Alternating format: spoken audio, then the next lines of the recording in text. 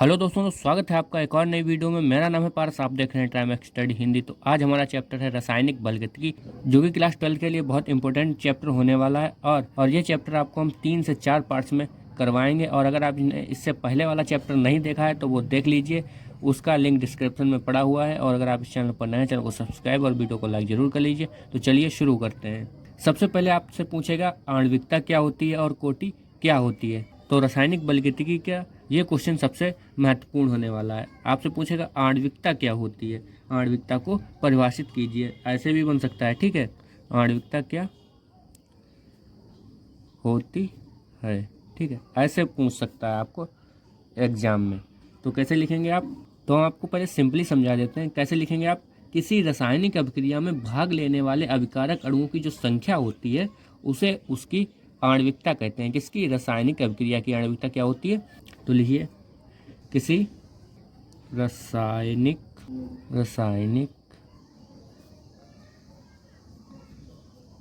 अभिक्रिया में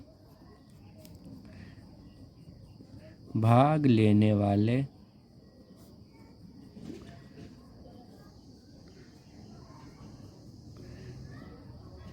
अभिकारक अणुओं की संख्या को अभिक्रिया की आणविकता कहते हैं। तो आपका आणविकता आपको क्लियर हो गई होगी।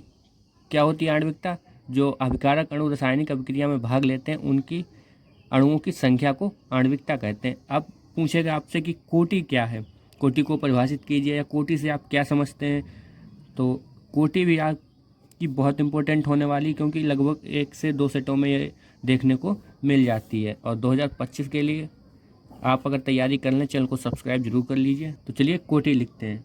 तो लिखिए, वे अभिकारक अणु जो अभिक्रिया के वेग को निर्धारित करते हैं, वे अभिकारक अणु जो अभिक्रिया के वेग को निर्धारित करते हैं उसे उसकी कोटि कहते हैं। ये होता है आपकी कोटि। तो जो अभिक्रिया के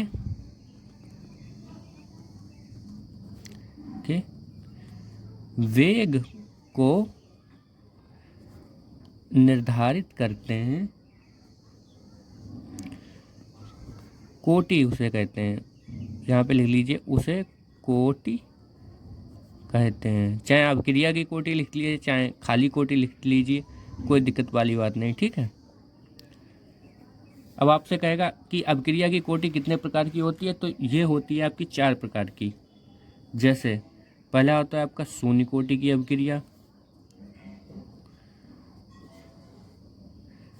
फिर आती है आपकी प्रथम कोटि, फिर आती है आपकी द्वितीय कोटि, फिर आती है आपकी तृतीय कोटि।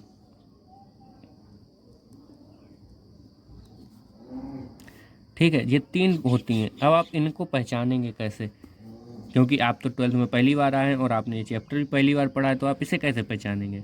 तो इसकी एक पहचान हम बता दे रहे हैं। जैसे प्रथम कोटि की अभिक्रिया लिखते हैं सबसे पहले। तो लिखिए, प्रथम कोटि की अभिक्रिया क्या होती है। तो यहाँ पे हम आपको एग्जाम्पल लेके बता रहे हैं, प्रथम कोटि की अभिक्रिया। ठीक है, मेरी राइटिंग थोड़ी ख़राब है। आप इसका एग्जाम्पल लिखेंगे, वह रासायनिक अभिक्रिया जिसका वेग केवल एक अभिकारक अणु निर्धारित करता है, प्रथम कोटि की अभिक्रिया कहलाती है। ठीक है, तो लिखिए, वह रासायनिक अभिक्रिया जिसमें अभिक्रिया का वेग एक अभिकारक अणु निर्धारित करता है, प्रथम कोटि की अभिक्रिया कहलाती है।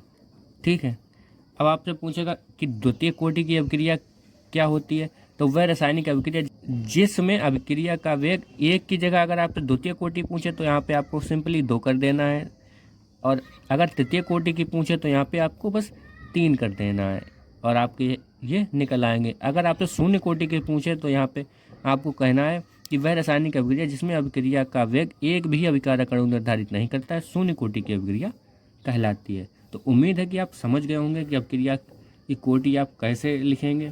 तो मिलते हैं इसके नेक्स्ट पार्ट में। नेक्स्ट वीडियो आएगा आपका अभिक्रिया और कोटि में अंतर। ठीक है, तो बाकी वीडियो अच्छा लगा चैनल को सब्सक्राइब और वीडियो को लाइक कर लें। धन्यवाद।